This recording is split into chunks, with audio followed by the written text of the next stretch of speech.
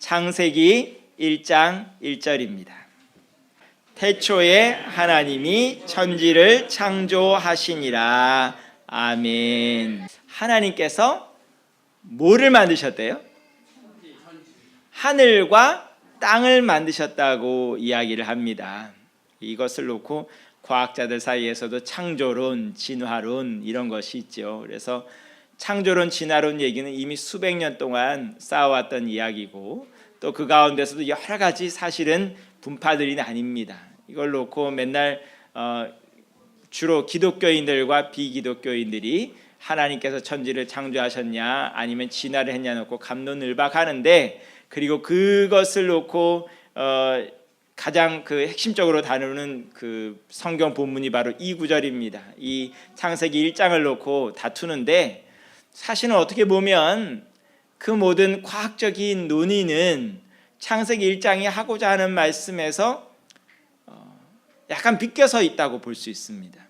원래 창세기 1장이 하고자 하는 얘기는 창조론이냐 진화론이냐 얘기를 지금 하고 싶은 것이 아니고, 그거보다 좀 더 심도 깊은 더 깊은 얘기를 하고 싶은데 자꾸 과학자들과 또 많은 그리스도인들은 좀 지엽적인데 좀 덜 중요한데 모든 포커스를 맞추고 힘을 쏟는 그런 경향이 있습니다. 한 가지 분명히 얘기할 수 있는 건 성경은 분명히 하나님께서 모든 것을 만드셨다고 얘기합니다. 저절로 모든 것이 제 빅뱅 이론이건 무슨 아니면 뭐가 됐든 간에 저절로 이 모든 것이 생긴 게 아니라 하나님께서 만드셨다고 얘기를 합니다. 그런데 그 이상 더 세부적인 얘기는 잘 안 합니다. 얼만큼 세부적이지 않은가 한번 얘기를 잠깐 해보도록 하겠습니다. 우리는 흔히 하나님께서 엿새 동안 천지를 창조하셨다고 얘기를 합니다. 그렇죠? 그런데 그 엿새라는 것이, 그 날이라는 것이 어느 정도 길이인지 아무도 모릅니다. 왜 그럴까요? 자, 단적인 예로 우리가 이 지구에 24시간이 생길 수 있는 가장 핵심적인 이유가 태양이 있기 때문입니다. 그리고 지구가 자전하기 때문입니다. 지구가 자전하는 속도가 우리가 지금 세고 있는 24시간이 되기 때문이고, 태양이 한 곳에 고정되어 있고 그 중심으로 지구가 돌기 때문에, 돌면서 자전하기 때문에 24시간이라는 것이 만들어집니다. 그런데요, 그 태양이 언제 생겼을까요? 창세기 1장 16절 말씀. 하나님이 두 큰 광명체를 만드사 큰 광명체로 낮을 주관하게 하시고 작은 광명체로 밤을 주관하게 하시며 또 별들을 만드시고. 잠깐 여기서 두 큰 광명체가 나오는데, 낮을 주관하는 광명체가 뭘까요? 태양이죠. 밤을 주관하는 광명체는 달입니다.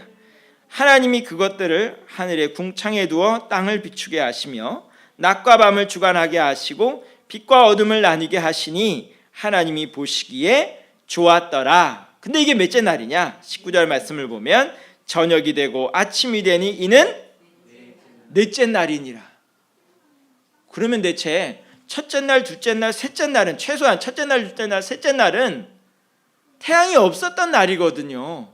그럼 이게 몇 시간일까요? 아무도 몰라요. 이 날이 24시간인지 1000년인지 만년인지 1억 년인지 아무도 알 수가 없습니다. 그래서 이것만 봐도 이게 우리가 말하는 24시간 동안 하나님께서 천지를 창조하셨다고 무작정 우길 수도 없고, 하나님께서 그럴 능력이 없다는 소리가 아니라 정말 그런지 아닌지가 창세기 1장 자체가 그렇게 얘기를 안 해주고 있기 때문에 더 이상 세부적으로 얘기할 수가 없습니다. 하물며 그 가운데서 생물들이 그 오랜 시간 지난 동안 무슨 일을 겪었는지 알 방법이 없을 뿐만 아니라 더군다나 더 우리를 당황스럽게 만드는 건 뭐냐 하면, 하나님께서 첫째 날 뭔가 만드시기 전에 그 전에도 뭔가는 있었다고 창세기는 얘기를 합니다. 창세기 1장 2절 말씀 봅니다. 땅이 혼돈하고 공허하며 흑암이 깊음 위에 있고 하나님의 영은 수면 위에 운행하시니라. 보면 땅도 나오고 또 흑암이 있고 깊음이라는 것이 있고 또 수면이라는 것이 등장을 합니다. 우리가 알기로 땅이 나오고 물이 나오고 하는 거는 한참 뒤의 일인데 하나님께서 천지를 창조하시기 전에도 뭔가가 있다고 얘기를 하고 있습니다. 다분히 창세기 1장은 지구를 중심으로 지금 얘기를 하고 있는 것이지 온 우주를 놓고는 하나님께서 또 무슨 일을 하고 계셨는지에 대해서 창세기 1장은 굉장히 애매하게 얘기를 합니다. 그렇기 때문에 창세기 1장을 놓고 과학적으로 뭔가 근거를 삼고 얘기를 복잡하게 하는 것은 매우 위험할 뿐만 아니라 창세기 1장이 정말 하고 싶은 얘기를 벗어나고 있다는 것을 우리는 알 필요가 있습니다. 그래서 제가 고등학교 다닐 때도 제가 미션 스쿨에 다녔음에도 불구하고 거기에는 명목상으로는 다 예수님 믿는 분들이 교사인데 실제로는 그렇지 않았습니다. 그래서 직구준 분들은 제가 조금 좀 집안 배경이 어떤 줄 아는 분들은 직구께 저한테 묻죠. 생물 시간에 선생님이 묻습니다. 실컷 진화론 설명해놓고 저한테 아예 대놓고 찍어놓고 묻죠. 상은아 근데 창조론이 맞겠냐 진화론이 맞겠냐 하고 묻습니다. 뭔가 뻔히 요구하는 답은 뻔히 있는데도 불구하고 우리가 흔히 하는 말로 전문용어로 갈구는 거죠. 근데 거기에 대해서 우리가 크게 괴로워할 필요가 없는 게 얘기는 아주 간단합니다. 두 가지를 얘기할 수 있는데요. 첫째는 하나님이 모든 것 만드신 건 맞아요. 선생님이 말하고 있는 거니까. 그렇지만 그 다음에 세부적으로 어떻게 됐는지는 하나님께 직접 물어보세요. 알 방법이 없어요. 직접 물어보세요 라고 얘기를 하면 됩니다. 그러면 정말 창세기 1장이 하고자 하는 얘기는 뭔가에 대해서 지금부터 얘기를 좀 해보도록 하겠습니다. 우선 이 창세기 1장이 선포되던 이 말씀이 낭독이 되던 대상이 누구냐 하면 누굴까요? 우리가 흔히 이걸 모세오경이라고 얘기하잖아요. 그렇죠? 모세가 지은 글이라고 얘기합니다. 이걸 처음 직접적으로 듣는 대상은 누구냐 하면 애굽의 노예들입니다. 이집트에서 노예 생활을 하던 이스라엘 사람들이 들었던 얘기입니다. 그럼 이스라엘 사람들이 이 얘기를 들었을 때 어떤 생각이 들었을까? 어떤 생각이 들었을 것 같아요?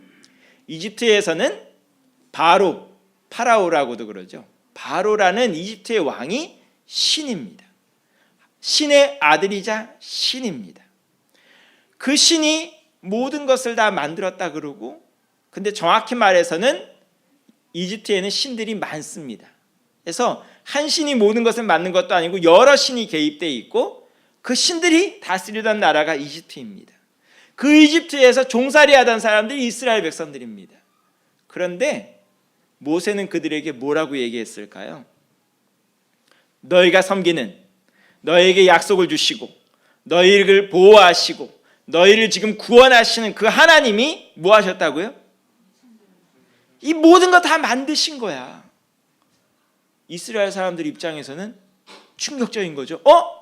지금까지는 바로가 또는 바로가 대표하는 태양신 라가 아니면 이집트의 어떤 다른 신들이 이 땅을 다스리고 이 땅의 주인이고 이 땅을 만든 신인 줄 알았는데 그게 아니래. 그게 아니고 누구요? 하나님이, 우리가 섬기는 하나님이, 우리에게 약속을 주신 그 하나님이, 우리를 지키고 보호하시고 지금 구원하시는, 우리를 불러내시는 그 하나님이 이 모든 것 다 만드셨대. 다 누구 거래? 다 우리 하나님 거래. 노예들이 어떤 생각이 들었을까요? 갑자기 은매 기주고하고 살던 노예들이 어떻게 가슴을 딱 펴고 이거 누구 거야?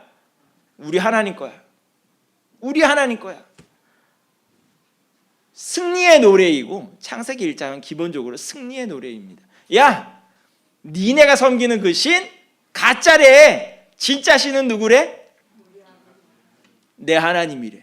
내 하나님이 이 모든 것 다 주인이래. 만드신 거래. 지금 그 하나님이 나를 부르신대. 나를 구원하신대. 나를 그 약속의 땅으로 인도하시겠대. 자랑스러워하는 자부심이 들어간 이야기가 바로 창세기 1장입니다. 그러하기에 우리는 이걸 놓고 창조론 뭐 진화론 이거 갖고 지금 싸우는 게 지금 문제가 아니라, 이 얘기를 듣는 기독교인들은, 하나님의 백성들은 뭐 해야 돼요? 따라해 볼까요? 가슴을 펴고 당당하게 살아야 된다는 걸 얘기하는 겁니다. 은매기주고하고 살 게 아닙니다. 뭐예요? 따라해 볼까요? 은매기사로. 이 유머를 아는 세대는 늙은 세대고 이 유머를 모르는 세대는 좀 젊은 세대고, 과거에 유행하던 유머가 있었습니다. 은매기주고 은매기사로. 일자 눈썹 가진 분이 나오는 유머가 있었습니다. 오늘도 그리스도인들은 당당하게 살아야 되는 존재들입니다.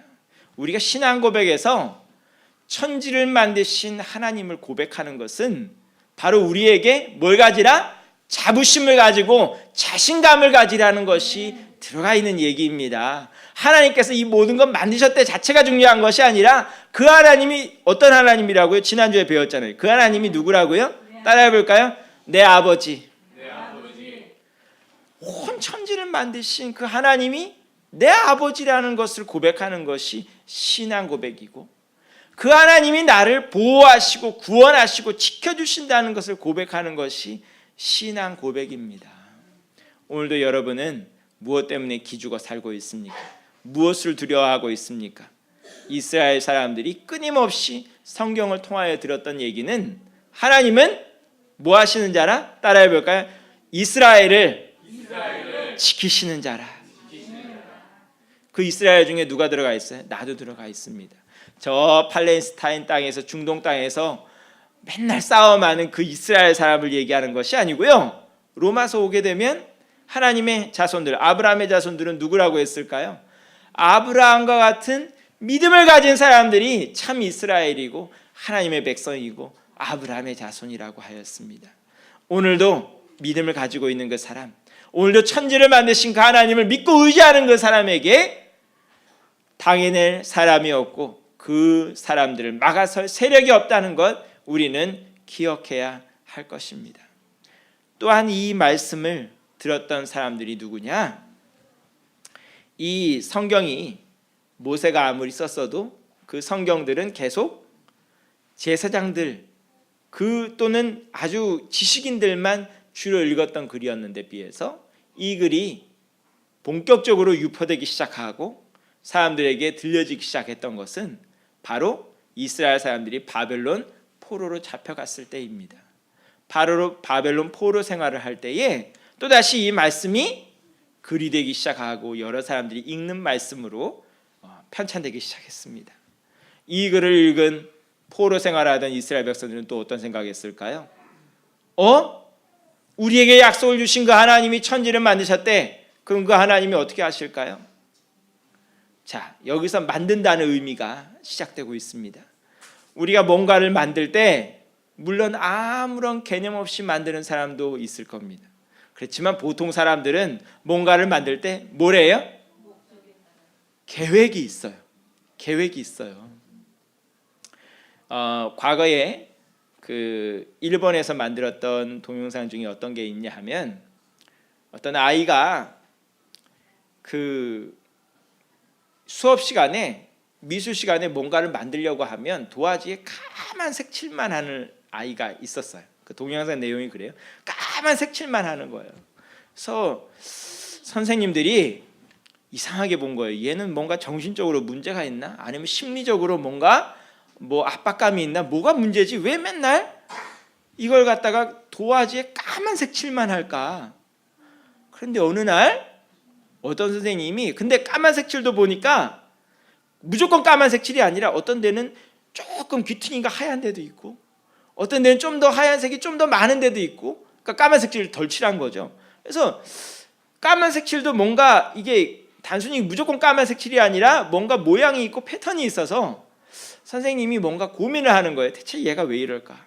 그런데 어느 날 선생님이 갑자기 번뜩 머릿속에 떠오른 게 있어서, 큰 그 학교에 실내 체육관 같은데 그 학생이 지금까지 그려놓은 그 까만 색칠이 주로 된 도화지들을 펼쳐놓기 시작했어요. 그래서 펼쳐놔서 이리저리 한번 퍼즐처럼 맞춰보는 거예요. 아까 말했잖아요. 흰색 공간이 남는 것도 패턴이 있었다고. 그래서 퍼즐처럼 맞추기 시작한 거예요. 대체 이게 뭘까? 다 그거를 처음에는 까만 색칠밖에 없는 도화지인 줄 알았는데 그 도화지를 쫙 맞춰놓으니까 뭐가 나왔을까요? 그 실내 체육관을 가득 채울 정도로 엄청나게 큰 고래가 나왔습니다. 그 아이는 뭐 그리고 있었던 거예요? 고래를 그리고 있었는데 자기가 그 앞에 받은 도화지로는 도저히 그 고래를 그릴 수가 없는 거예요. 그래서 어떻게 하는 거예요? 자기 머릿속에는 생각이 있는 거예요.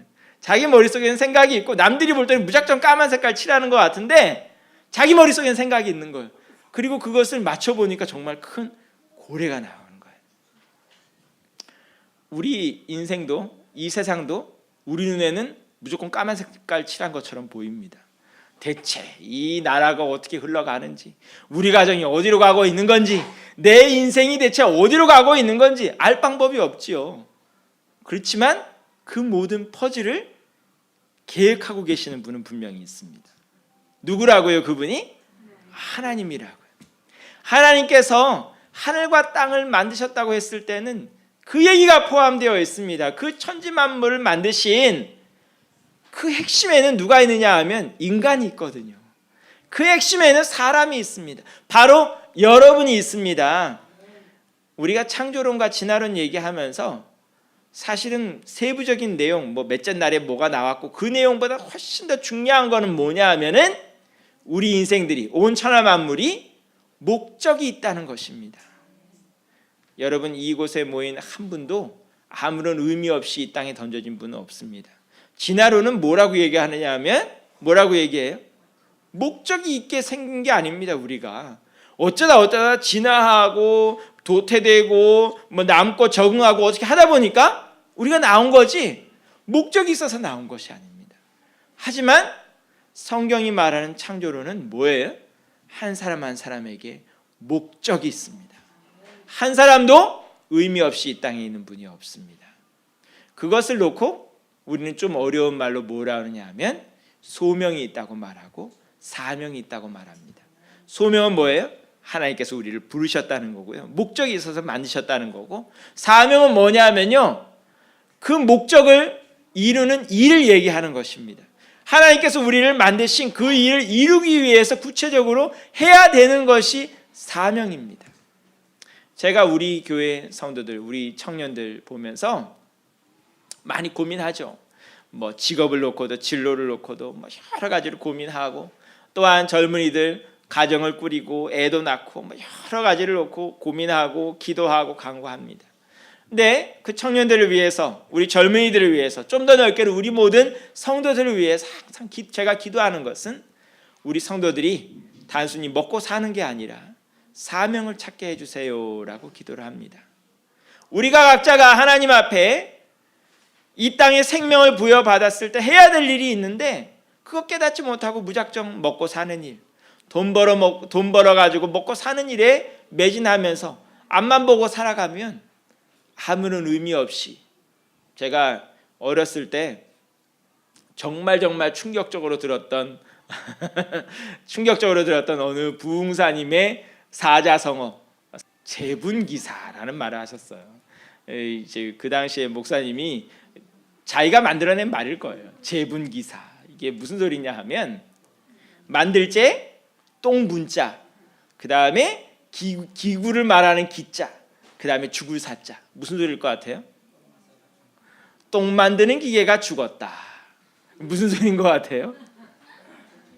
우리가 사명 없이 살면 똥만 싸다 죽는다는 소리예요. 그 얘기를 부흥의 시간에 나름 고사하게 하신다고 어려운 한문 써서 재분기사라. 어렸을 때 제가 초등학교 때 들었던 것 같아요. 저희 어머니가 저를 데리고 갔으니까 초등학교 때 들었던 것 같은데 그 얘기가 평생 잊혀지질 않아요. 재분기사라. 똥 만드는 기계가 죽었다. 오늘도 여러분들이 사명 없이 살아가면, 목적 없이 살아가면 재분기사라. 죽었을 때 똥 만드는 기계가 죽었다 하는 말밖에 들을 것이 없습니다. 하나님은 여러분들을 그렇게 하찮은 존재로 만들지 않았습니다.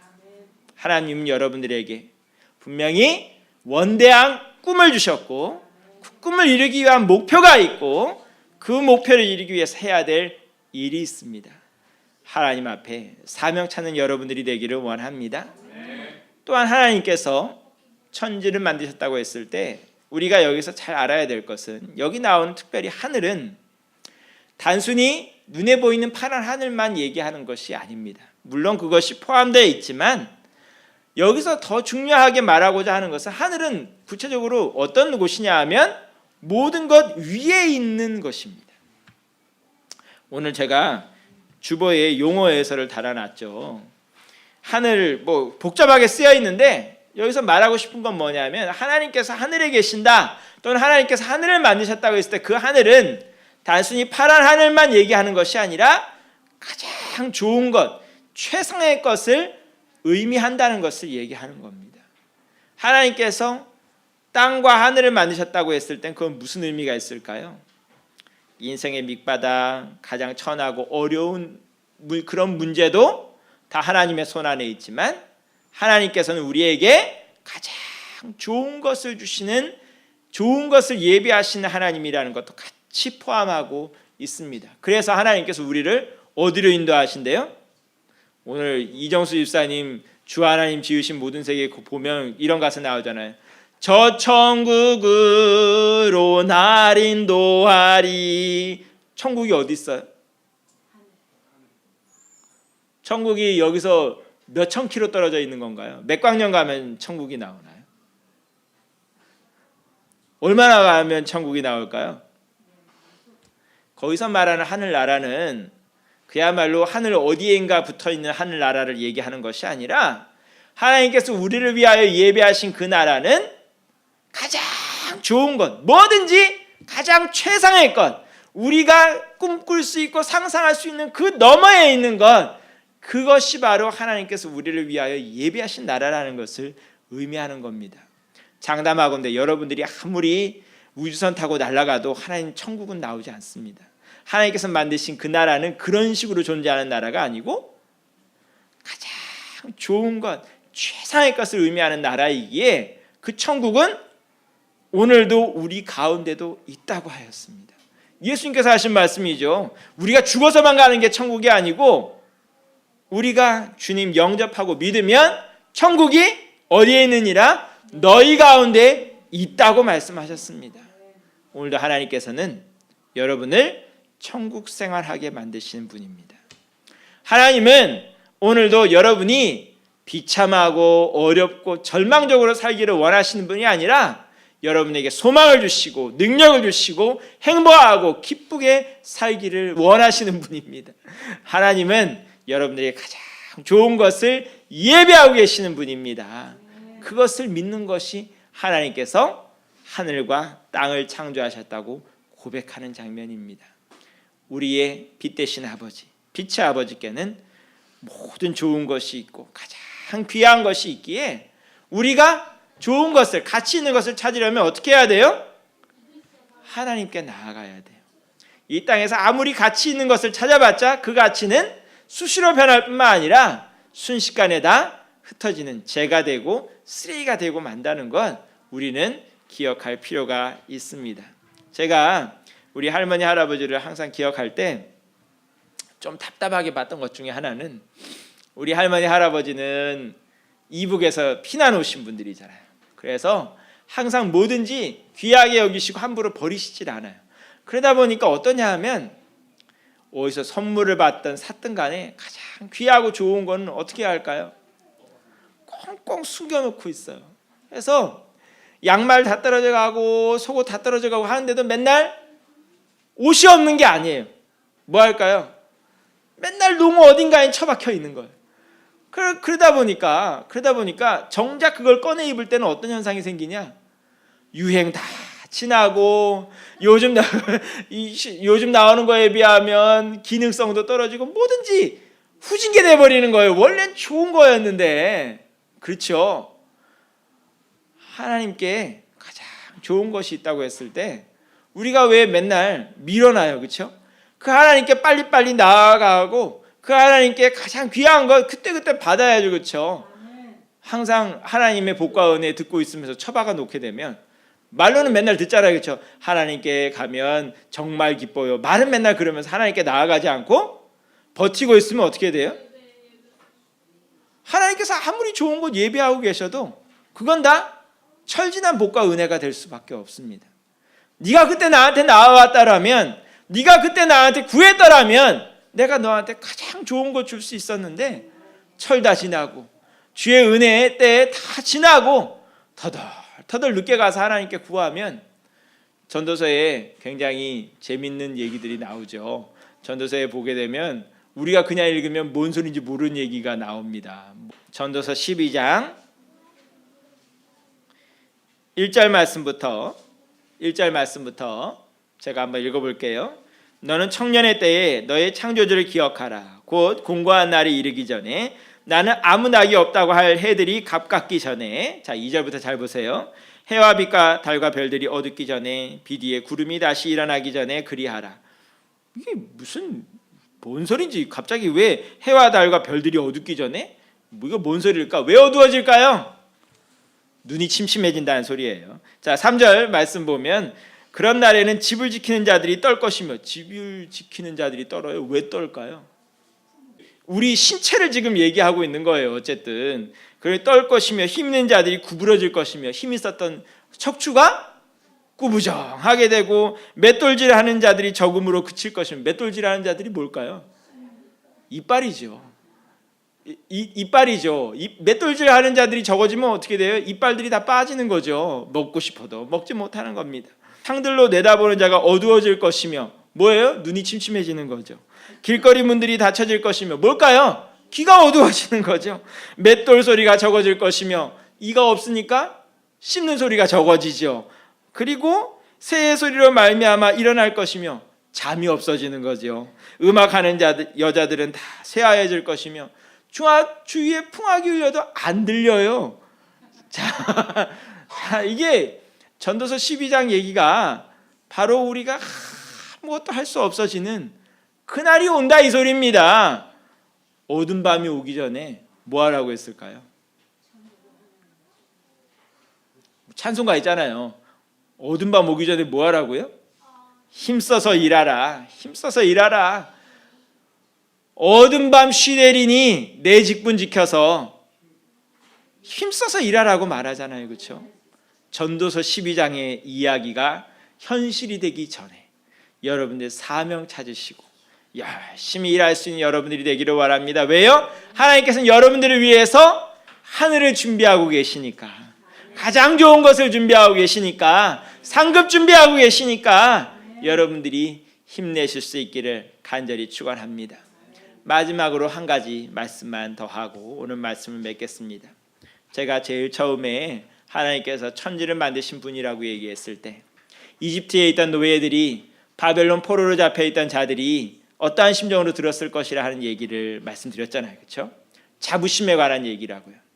그러면 말만 내 아버지가, 내 하나님이 온 천지 만물을 만드신, 온 천지 만물의 주인이신 분이래 말만 할 것이 아니라 어떻게 살아야 돼요?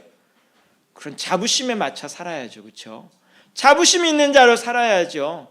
내가 그래도 명색이 내 아버지가 온 천지 만물을 만드신 하나님인데 내가 구질구질하게 살 수 없는, 없어 하는 그런 자존심이 있어야 된다는 소리입니다.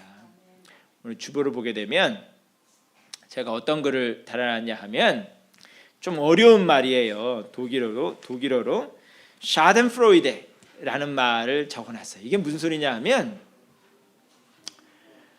시기라는 거는 뭐냐 하면 남이 잘 되는 꼴을 못 보는 거예요. 배가 아픈 거죠. 그렇죠? 근데 샤덴프로이데라는 이 독일어는 어떤 거냐 하면은 남이 잘 되는 꼴을 못 본다 수준을 넘어서서 남이 망하는 걸 너무 좋아하는 거예요. 자, 거기 나온 러시아 동화 얘기가 이런 거예요. 어느 날 마술램프를 발견한 농부가 있었어요. 그 농부가 마술램프를 문지르자 젖소 한 마리가 생겼는데, 이 젖소가 얼마나 우유를 많이, 젖을 많이 생산하는지 온 식구들이 다 먹고도 팔을 정도로 엄청나게 많은 젖이 나오는 거예요. 그런데 그 광경을 본 이웃집 사람에게도 요정이 나타났어요. 요정이 나타났는데 요정이 나타나서 묻는 거예요. 제가 어떤 소원을 이루어 드릴까요? 그랬더니 이 옆집 그 엄청난 젖을 생산하는 그 농부의 옆집 사람이 하는 얘기가 내 옆집에 젖소 한 마리가 생겼는데 우유가 엄청 많이 나온대. 그래서 요정이 그 얘기를 듣고 그럼 저도 그런 젖소 한 마리 만들어 드릴까요? 아니 2마리 만들어 드릴까요? 그랬더니 뭐라 그랬대요? 아니 그런 거 필요 없고 옆집 그 젖소가 죽었으면 좋겠어. 뭐 하는 거예요? 나 잘 되는 게 지금 문제가 아니고 난 망했으면 좋겠어 라는 얘기예요. 그렇죠?